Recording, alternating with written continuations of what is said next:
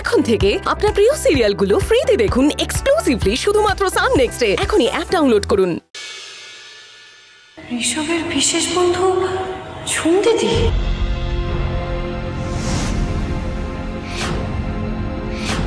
আলাপ করি দি, বলছি আমার বৌদি ডালি আর বৌদি আমার বিশেষ বন্ধু ঝুম দিদি।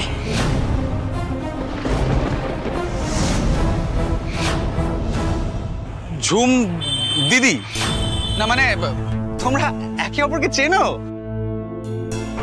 চিনবই তো, ও তো আমার বোন, আমার বাবির দত্তক কন্যা। কি? তার মানে তুমি অত্রি ফার্মাসিউটিক্যালসের মালিকের মেয়ে, শেখর মুখার্জির মেয়ে। কিন্তু ঝুম তুমি এটা আমাকে আগে বলনি কেন? তুমিও তো আমাকে বলোনি যে তুমি রক্তিম দেববর্মনের ভাই। না কিন্তু তার একটা কারণ আছে।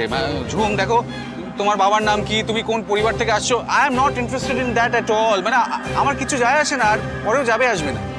আমিও ঠিক এই কারণের জন্যই তোমাকে কোনোদিন কিছু জিজ্ঞেস করিনি, কারণ যতক্ষণ আমি তোমার সাথে থাকতাম আমার জন্য আর কিছু ম্যাটারই করতো না, আমার কিছু যাই আসে না।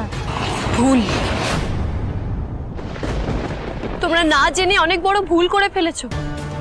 তোমাদের এই সম্পর্ক কোনোদিনও পূর্ণতা পাবে না ঝুম দিদি। কেন পূর্ণতা পাবে না বৌদি?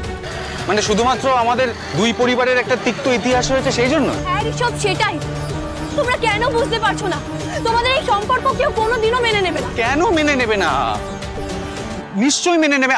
আমি সকলের সাথে কথা বলবো। আর শোনো, কথা বলে যদি কোনো লাভ না হয় তাহলে আমি জাস্ট আর কাউকে পরোয়া করবো না। আমি নিজের ভালোবাসাকে কিছুতেই বিসর্জন দেব না বৌদি, কিছুতেই না। আচ্ছা ঋষভ, আমাকে তুমি শুধু একটা কথা বলো, তুমি যাকে ভালোবাসো তাকে কোনোদিনও এমন জায়গায় এনে ফেলবে যেখানে তাকে প্রত্যেকদিন অপমানিত হতে হবে? তোমার ভালো লাগবে সেটা? আর ঝুম দিদি, তুমি এদিকে এসো।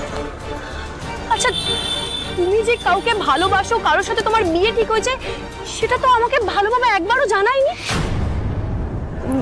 আমি কাউকে ভালোবাসি বলতে, দেখ বাবি হয়তো ভেবেছে যে সবকিছু ঠিক হয়ে গেলে একেবারে বিয়ের কথাটা তোকে বলবে, তাই হয়তো বলেনি। আমাকে তো জাস্ট একটাবার বলতে পারতো অন্তত। ডালি, তোকে আমি একটা কথা বলতে চাই। দেখ, একবার নিজের ভালোবাসাকে আমি হারিয়েছি, তুই জানিস, আর একবার নিজের ভালোবাসাকে হারানোর মতো সাহস আমার মধ্যে নেই। ডালি, তুই পারিস আমাদেরকে এক করতে, প্লিজ কিছু কর, প্লিজ কিছু কর। ঝুম দিদি, তুমি আমার কথা শোনো। দেখো, আমার না সত্যি কিছু করার নেই। দেখো, আমি তোমাদের ভালোবাসাকে অমর্যাদা করছি না, কিন্তু এই ভালোবাসার জন্য যদি তোমাকে সারাটা জীবন কষ্ট পেতে হয়, আমি কিছুতেই মানতে পারবো না সেটা। আমাকে প্লিজ তোমরা ক্ষমা করে দিও, প্লিজ। শোনো প্লিজ বৌদি, আমার কথাটা শোনো একবার। বৌদি, দাঁড়াও প্লিজ, আমার কথাটা শোনো।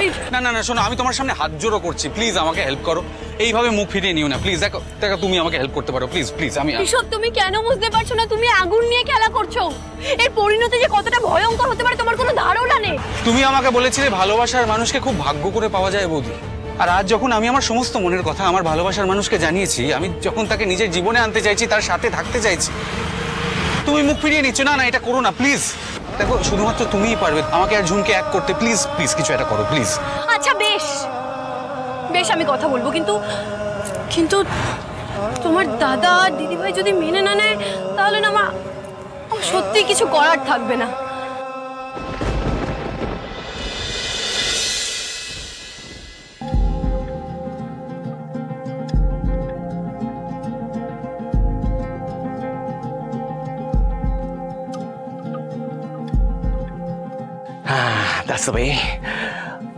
অবশ্য উনি এলে তো আমার একটা খুঁত ঠিক বার করবেন।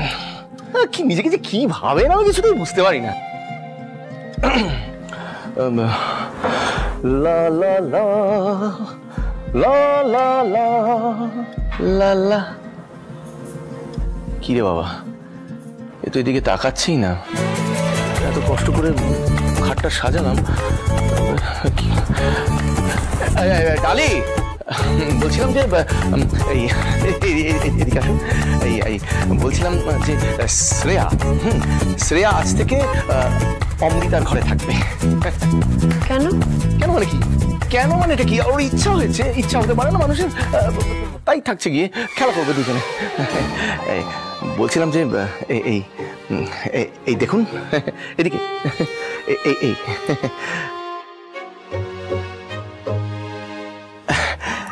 এদিকে আসুন, এদিকে আসুন। এই দেখুন, ডালি, রক্তিম, রক্তিম, ডালি। ওপারে তুমি, মানে আমি, ওপারে আপনি, এপারে আমি। এসব কি করেছেন আপনি? কেন করেছেন এসব? মানে করেছি কারণ আপনি ওই সোফাতে শুতেন, দেখতে ভালো লাগতো না, আপনি এখানে এখন আরাম করে শুতে পারবেন কমফোর্টেবলি, ওই জন্য। কিন্তু কেন? মানে কেন আবার কি? আপনাকে, আপনি যাতে কমফোর্টেবলি শুতে পারেন, মানে আর আমি আপনাকে সম্মান দিলাম। আমি বুঝতে পারছি না মানে কি প্রবলেমটা কোথায়। মানে আপনারা আমাকে একটা কথা বলুন তো, আপনাকে এসব বুদ্ধি কে দেয়? হ্যাঁ, কে দেয়? হ্যালো হ্যালো, বুদ্ধি কে দেয় মানে? আমি রক্তিম দেব বর্মন, আমার কি মাথায় ব্রেন নেই নাকি? আমি নিজের বুদ্ধি নিজে খাটাতে পারি না? হ্যাঁ, আমি এটা শিখেছি একটা সিরিয়াল থেকে। কি সিরিয়াল? আপনি কাজ বাজ ছেড়ে সিরিয়াল দেখছেন এখন? না না, সিরিয়াল দেখছি না, আরে ওই আমার মোবাইলটা কোথায় গেল, মোবাইলে একটা ক্লিপিং দেখেছিলাম। ক্লিপিংটা কি দেখেছি জানেন?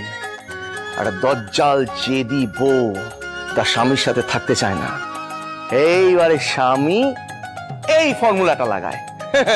এই শুনুন, প্রথমত আমি না ওই জেদি নই, আর আপনি না একেবারে যাচ্ছে তাই।